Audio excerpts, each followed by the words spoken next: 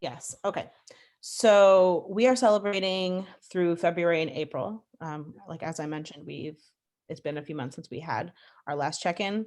So in terms of community engagement, we held a song circle hosted by Madeline Charney, member owner. And as I heard, that went well. It was a virtual event, and we every time we can do a virtual event where we gather folks together, especially held by a member owner, is really exciting and special. The book group also wrapped up the anti-racism book group, so we'll be talking about getting that the next phase of that together. And we reached 760 member owners. Woo!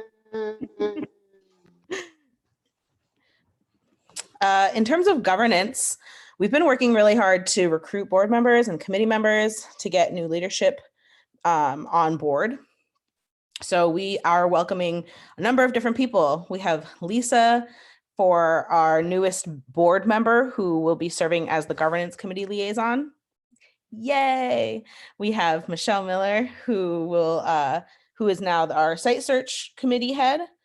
And as Zoe mentioned, who's on our call tonight, they are actually the IT committee head. So yay, congratulations and welcome to both of them too. And then Alex Kent recommitted to the site search committee, as well as Arlene Thompson, who also recommitted to the engagement committee. So we're really excited for these leadership positions to be solidifying.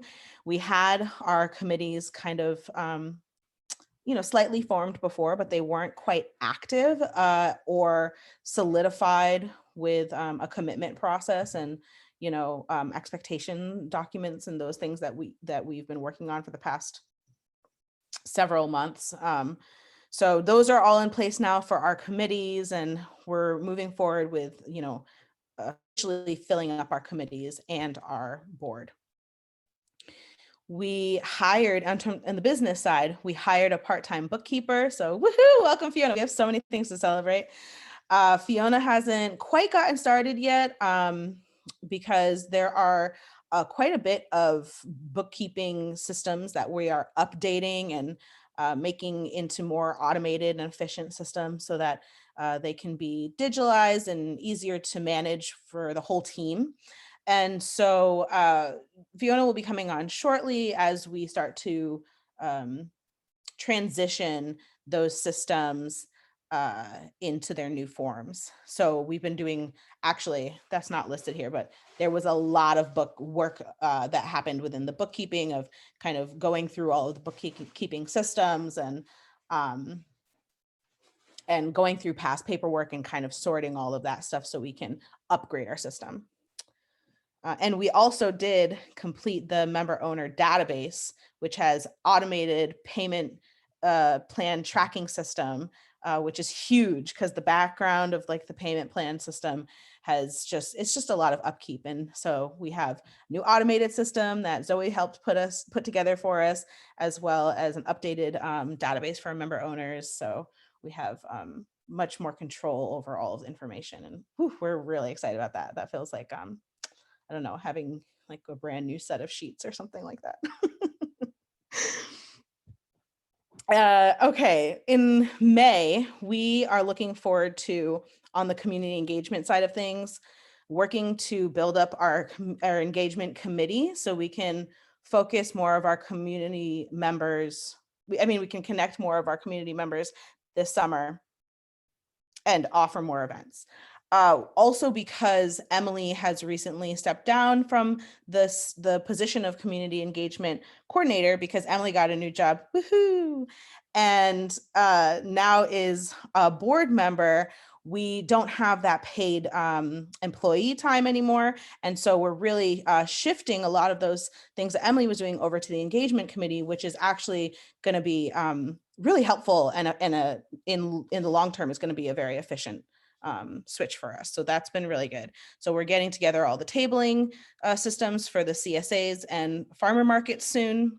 And also we'll hope to be doing more virtual gatherings. Then on the governance side, we are, as I mentioned, recruiting and onboarding new board and committee members.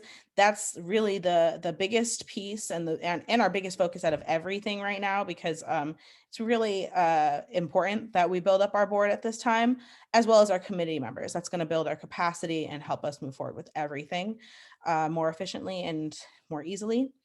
And we also will be attending and presenting at the up and coming Food Co-op conference.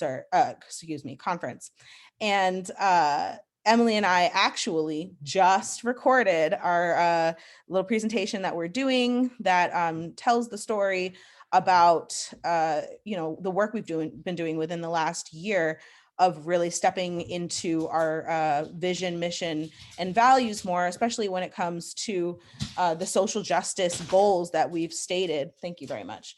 The social justice goals that we've stated in our vision, and aligning those within the work that we're doing. So we've been recognized nationally for one of our documents that we used this past year, and as well as are being asked to share our story. So that's really exciting, and that will be happening next month. And then on the business side of things, we will be onboarding our new bookkeeper and getting our QuickBooks system set up, organized. Beyond our QuickBooks system, also like our all the spreadsheets and documents and things of that sort that kind of organize our bookkeeping and finances. We're getting all of that set up and cleaned up within this next month, or we'll at least be starting it if it's not able to be finished. Some roadblocks we're experiencing. I wouldn't say that Emily stepping down as our engagement coordinator itself is a roadblock, but that the work that she was doing before, and the fact that we had an employee who had set amount of hours every week that we could use towards tasks, is now a really big shift. So Emily and I are definitely noticing that the way that we're able to get our work done is different now, because there's not as much time that's free, but it really is great that she's still serving as a board member. So we still have, all of her experience and knowledge and skills, but we are adjusting to the reduced hours. And then also with Sue having stepped down as the treasurer, like I said, there's been so much reorganizing that we've been doing with our bookkeeping systems, not because Sue's systems were kept very meticulously. There's just upgrading that we're doing and being able to kind of download those into a new person and make sure that those systems are recorded somewhere. That's been taking up a lot of our time and energy these past few months. As you can hear, we still have a little bit more of that to do. And then it's also been difficult to find folks who have the capacity and ability needed to take on the board and committee positions. It's not an easy task, to find people who have that kind of time and capacity. So that's been I shouldn't say long, it's been a big project, and it's been definitely a challenging project. And we needed to really dig deep to figure out what are the best ways to find the right people who do have the ability to do that, because we don't have the capacity right now to offer anybody any financial compensation, especially for folks who are less privileged financially. So that's just something a roadblock we need to get around. Oops, excuse me. And how you can support our co-op right now, how our co-op needs your help, is we need prospective board members and committee members. So what we really need is support with recruitment overall. And for, I think, everybody to be thinking, okay, who do I might know who maybe I didn't even think of before might be interested in taking on a leadership role. We have positions within our board, which are our secretary, our treasurer, and our vice president. We'll be looking for a new vice president soon.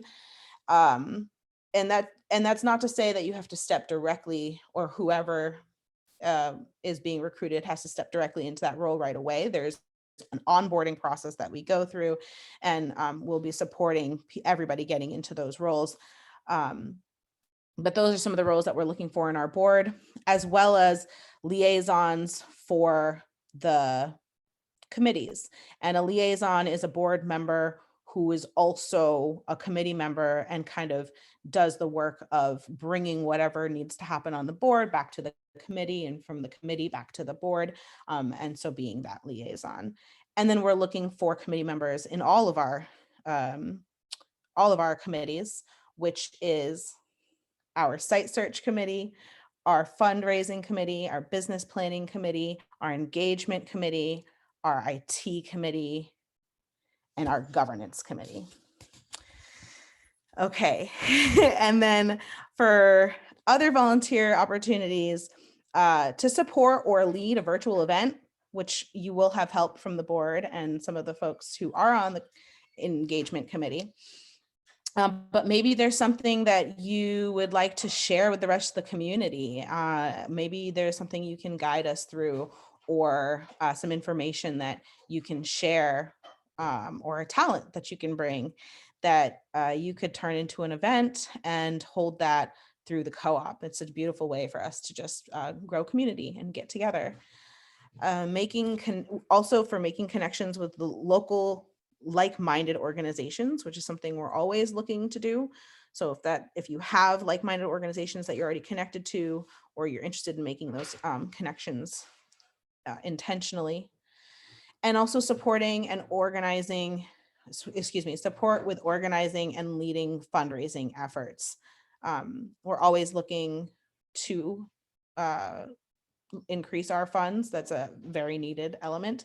And so if that's something that you're interested in any capacity, we could really use support in those efforts, because our plates are so full with everything else that I've mentioned already.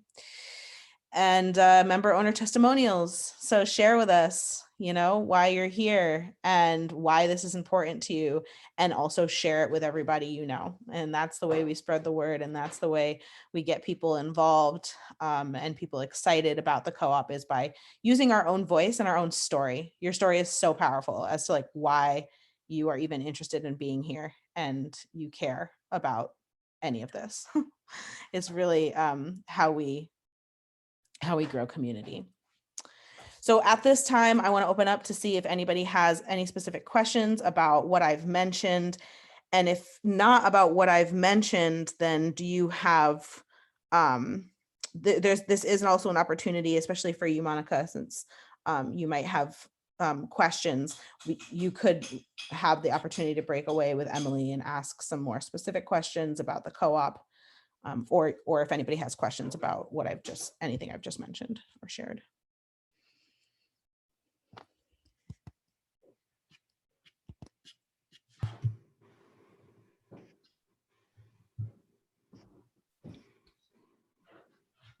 So, yeah, I was curious. One of the things that I was curious about learning about was kind of where you are in the process of getting the brick and mortar store going, or some of the the programming that you have referenced on the website.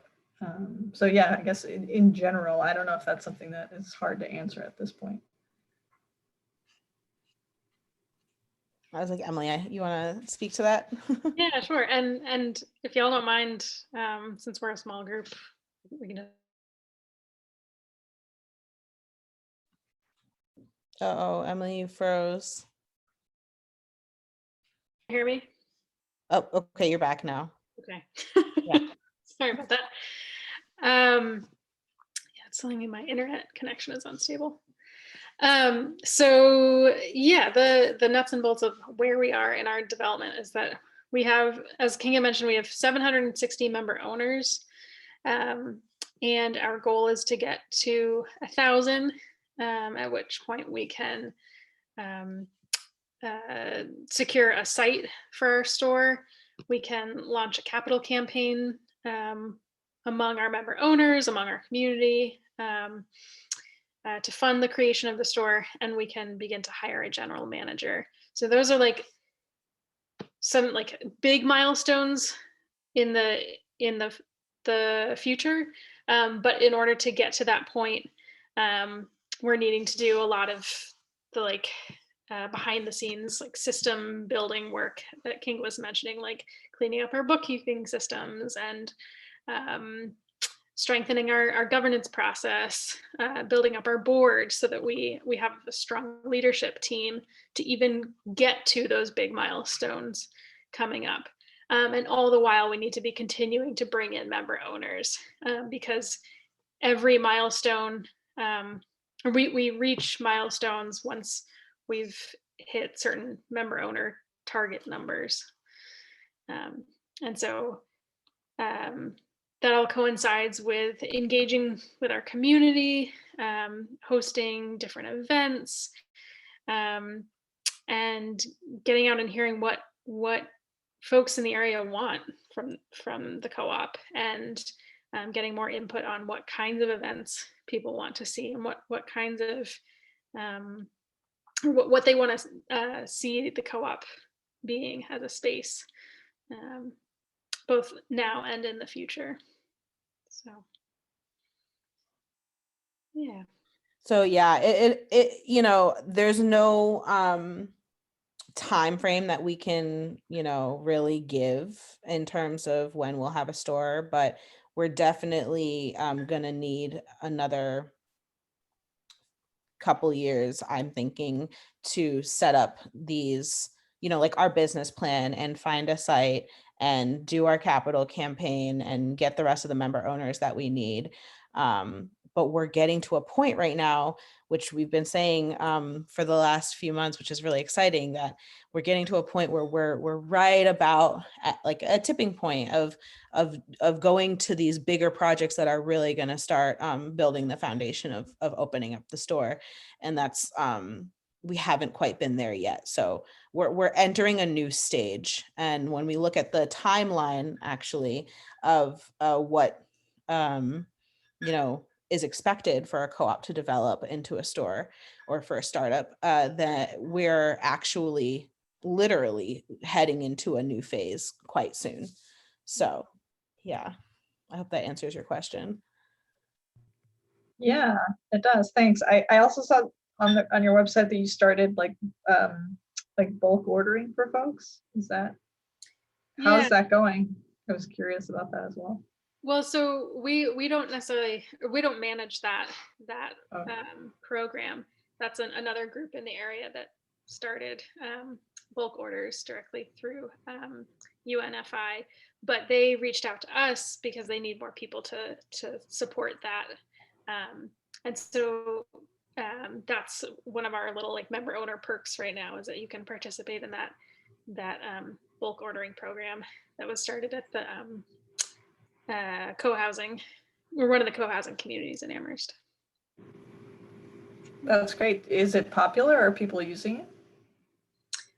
I think people, it's something that member owners were requesting for several years, and we just didn't have the capacity to set it up ourselves. And so once we made that partnership, a lot of people were very excited to participate. I'm not entirely sure. I don't know any specific updates of how many people are continuing to order every month, but yeah, it's a really great partnership. Yeah, Chad, do you have a question? Sure, I'd like to speak to maybe something that was between the lines for Monica. I don't know if you were here when All Things Local, a co-op market formed. It was Shoppers Producers Co-op. And it got off the ground pretty quickly, and it died pretty quickly. There was a lot of potential there. It was actually next door to a co-op bookstore, Food for Thought, and we were hoping to get a lot of synergy in that end of town. Co-op has a totally different economic model than the rest of the country, and it's a very deep, well thought out model that has a lot of use. So I wanted to let you know that this is about low and slow, just like that food movement. Really got to build. It's really part of the community. We'd love to have you aboard to help us make it happen. Thanks for that. I have another question, but I don't want to dominate the time. No worries. I just want to quickly welcome Audrey into the room. Welcome. Thank you. Ask your question, Monica. Oh, I was curious about your relationship with some of the other co-ops, food co-ops in the area. So like the Leverett Co-op and River Valley and Greenfield. You know, how, I guess your relationship in general, but also, you know, if you've been able to kind of glean from some of their lessons learned and you know, the benefits of some of their models and the challenges that they've had.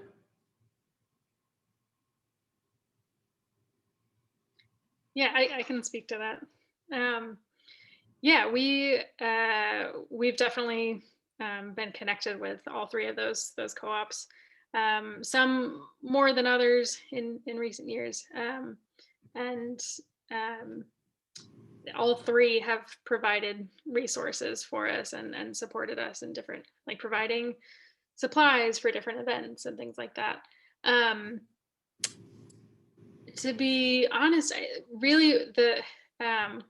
I would say right now, because we're in the startup phase, we're more connected with other startup co-ops in the Northeast, like in our immediate area, as well as other startups around the country. And that's not because like we're not wanting to be connected to these established co-ops. It's just that there are tremendous support systems for co-ops like us that are just getting off the ground, and specific organizations that are dedicated to supporting startups that are able to meet with us and give us resources in a way that sometimes more established co-ops don't necessarily have the capacity to do as much as we might need. So yeah, and one of the things that I really love about cooperatives is that they are guided by 7 core principles, and the 6th one is cooperation among cooperatives. And so that is like baked into the values of cooperatives, that we support each other because we understand the benefit of when we all help each other to create a different economy and a different world that we want to see. Yeah.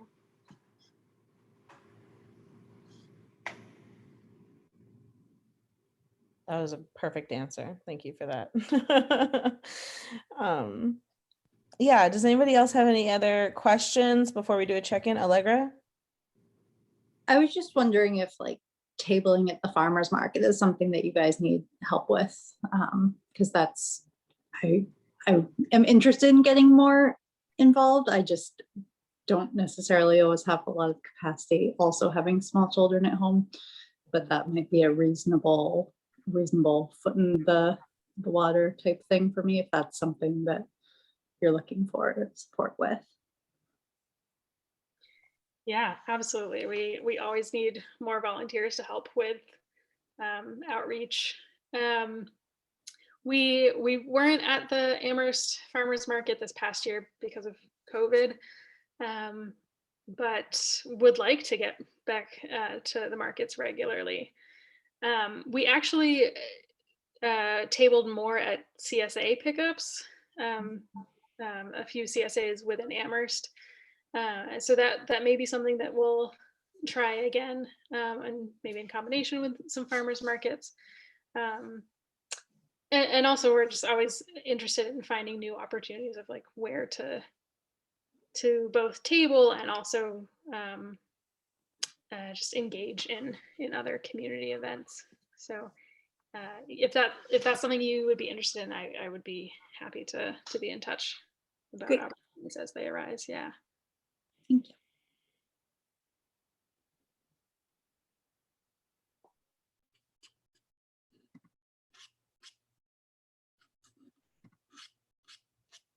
Okay.